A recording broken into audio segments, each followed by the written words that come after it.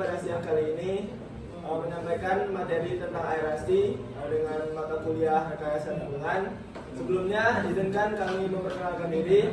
Pertama, saya sendiri sebagai moderator, Muhammad Rizky Fadilah dengan NIM 2510921005. Saya Zaki Nugraha dengan NIM 2510922005. Saya Perwira Pasti Nugroho dengan NIM 2510923017. Saya Muhammad Firman Haladi dengan NIM 25101209. Saya Muhammad Atawang Rafiq dengan NIM 2510921001. Baiklah, itulah anggota kami dari kelompok 6. Lanjut ke materi. Apa itu aerasi? Aerasi adalah proses penambahan oksigen ke dalam air dengan cara menghubungkan air langsung dengan udara bebas. Proses ini yaitu menyalurkan air dengan udara atau menyemprotkan air ke udara agar oksigen itu menjadi lebih meningkat. Proses aerasi itu untuk menghilangkan gas terlarut dalam air seperti hidrogen sulfida, karbon dioksida, Fe, dan mangan yang membuat air itu menjadi keruh dan yang menimbulkan bau yang tidak sedap. Seperti yang bisa teman-teman lihat, kalau misalnya teman-teman punya akuarium di rumah, itu di dalam akuarium itu ada alat untuk mengeluarkan oksigen dari dalam air, sehingga gelembung itu nanti pas pecah tuh berkontraksi langsung dengan air. Itulah kira-kira simpelnya proses aerasi.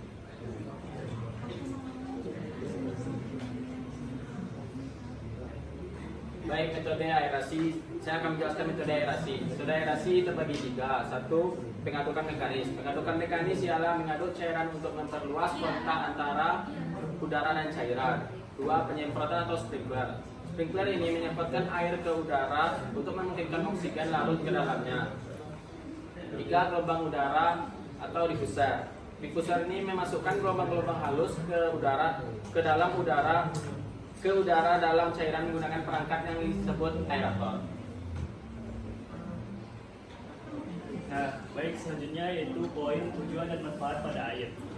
Yang pertama, sebagai pengolahan air, yang dimana mengoksidasi logam yang berat yang sulit larut seperti besi, mangan, sehingga logam-logam tersebut mudah dilakukan oleh air.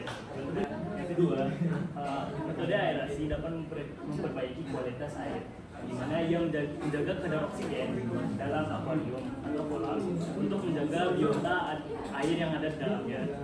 Dan ketiga, yang mengurangi gas berbahaya seperti CO2, metana, hidrogen sulfida, yang dimana gas-gas tersebut itu menurunkan kualitas air. Dan yang terakhir yaitu mempercepat proses biologis, yang dimana ia menyediakan atau mensuplai oksigen yang ada di dalam kolam atau akuarium untuk siklus hidup biota air yang di dalamnya. Dan sekarang kita lanjut ke tujuan dan manfaat aerasi pada tanah. Di tanah, aerasi itu berguna untuk menambah oksigen di tanah, mengurangi kepadatan tanah, memperbaiki sirkulasi udara, air dan nutrisi, meningkatkan aktivitas mikroorganisme. Jadi tujuan dan manfaatnya pada tanah dia tuh untuk biar akar tumbuh sehat, penyerapan air lebih baik dan mengurangi penyakit akar dan tanah lebih subur. Jadi intinya tujuan dan manfaat aerasi pada tanah itu untuk kesehatan akar dan kesuburan tanaman.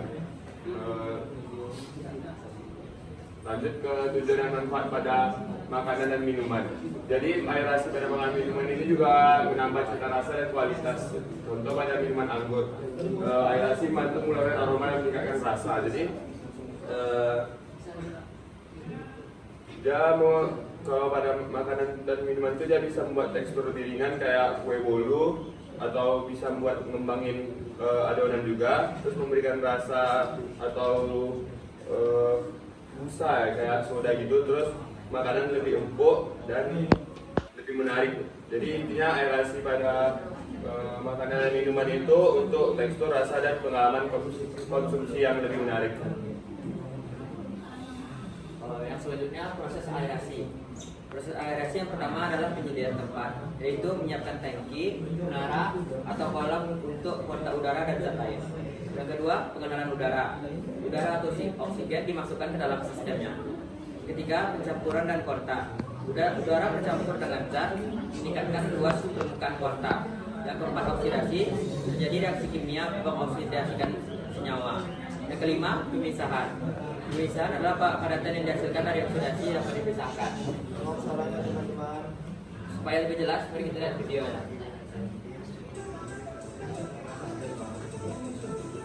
Seperti yang bisa teman-teman lihat, itu oksigen yang dikeluarkan oleh sebuah alat.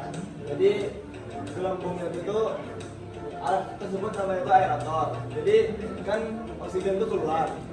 Nah, gelembung-gelembung yang terjatuh itu yang berkoordinasi langsung dengan air. Contoh lainnya juga bisa teman-teman lihat pada air mancur. Kalau air mancur tuh dia tuh kan air tuh keluar dari bawah, pas jatuh ke bawah tuh percikannya tuh berkoordinasi langsung dengan udara.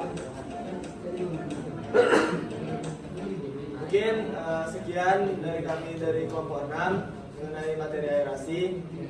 Kami pamit undur diri, mohon maaf jika ada kesalahan kata. Wabillahi taufiq wal hidayah. Assalamualaikum warahmatullahi wabarakatuh.